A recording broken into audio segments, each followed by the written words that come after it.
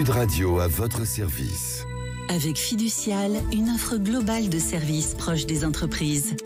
Jean Poirier est avec nous, gérant de bistrot Le Chien Fou à Tours. Bienvenue sur Sud Radio. Votre parcours, une école hôtelière, forcément vous deviez finir dans la restauration. Oui, tout à fait. Plusieurs années d'école hôtelière pour monter mon premier restaurant de 3 ans. Et aujourd'hui, on ouvre le troisième sur Orléans, ouais. Qu'est-ce qui vous a inspiré finalement dans vos établissements? Parce qu'il y a une atmosphère particulière quand même. Ouais, c'est des bistrots. Des bistrots, dans ce qu'on entend de bistrot, quelque chose d'assez régressif.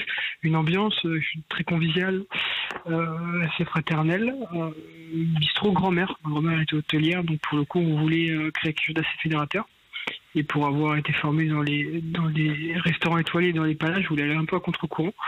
Et retrouver vraiment, au lieu d'avoir quelque chose de très calme, quelque chose d'un peu plus animé. Et proposer cette ambiance à la clientèle. Ça veut dire que c'est quoi? C'est retrouver une dynamique de centre-ville où on venait, on discutait, on prenait le temps de vivre ce moment plutôt que finalement les repas qui vont à 1000 à l'heure, c'est ça? Exactement, ouais, tout à fait. D'autant plus qu'on a ouvert le premier établissement sorti de Covid. Donc c'était vraiment retrouver un moment de partage. Des terrasses, partage, des grandes tabliers, des plats, ouais, tout à fait. Des grands plats de partage, la côte de bœuf, le poulet entier farci. Voilà, des grands plats de partage. Quels sont les grands défis aujourd'hui quand on est restaurateur? Parce que c'est quand même un métier qui est compliqué. Déjà en matière d'emploi, c'est toujours un petit peu difficile. Quels sont les autres défis? C'est vrai que vous l'avez cité. Le premier, ça reste encore le recrutement. Oui. Garder ses équipes, bien sûr, une fois qu'on les a recrutés. Après, il y a pas mal de petites choses. C'est vrai que la consommation des clients et les styles de restauration ont complètement changé. Sur quel point, par exemple?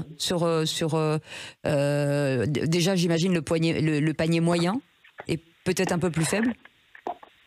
Plus faible, oui, dans ce qu'on entend dans la globalité. Alors pour le coup, moi j'ai beaucoup moins cette problématique. Je ne vais pas dire que plus la crise s'installe, plus mes restaurants fonctionnent, mais vu qu'on est quand même sur des restaurants où un petit peu de lâcher prise avec une grosse ambiance et de grandes tablées, des tablées de copains, de famille, finalement c'est des meilleurs moments pour se retrouver où on en a besoin, c'est des moments difficiles.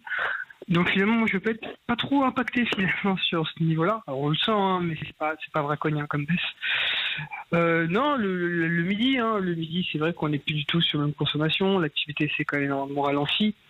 Les gens font, et c'est très bien par contre, il y a une certaine culture qui s'est installée de la gastronomie auprès de la clientèle, une certaine éducation qui augmente, donc des beaux produits, des belles bouteilles, on peut aller chercher vraiment des choses très intéressantes pour faire un petit peu le vide avec nos producteurs, aller chercher des produits bien spécifiques, aller un peu plus loin dans la réflexion. Ça c'est des avantages, alors c'est compliqué des fois d'essayer de faire bien les choses. C'est-à-dire qu'il faut repenser par exemple le sourcing, vous faites très attention à la qualité et forcément à la provenance du produit. Beaucoup de gens disent que s'il y a tout ça est trop industrialisé peut-être. Ouais, non, alors nous on a une carte qui est très courte, hein. On a 4 entrées, 4 plats, et rien que sur ça, sur si peu de plats, c'est un boulot qui est monstrueux quand on fait tout fait maison de A à Z, mais le circuit de distribution n'a pas été pensé pour ça. Donc quand on essaye de travailler en local avec nos producteurs, mais qu'on a quand même des beaux volumes, parce que maintenant à 3 établissements, c'est compliqué. Le circuit de distribution n'a pas été pensé forcément pour ça. Donc on doit bosser un peu plus dur, un peu plus intelligemment pour répondre aux valeurs d'établissement. Ça c'était complètement intrinsèque, c'est partie de notre ADN. C'était des choses, c'est nos caves à vin qui sont ouvertes avec minimum 400 références de vin.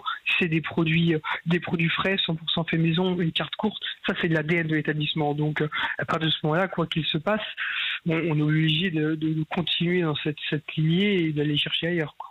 Merci beaucoup. En tout cas, ça s'appelle le bistrot le Chien Fou. C'est à Tours. Merci beaucoup Jean Poirier d'avoir été avec nous. Sud Radio à votre service. Avec Fiducial, une offre globale de services proche des entreprises.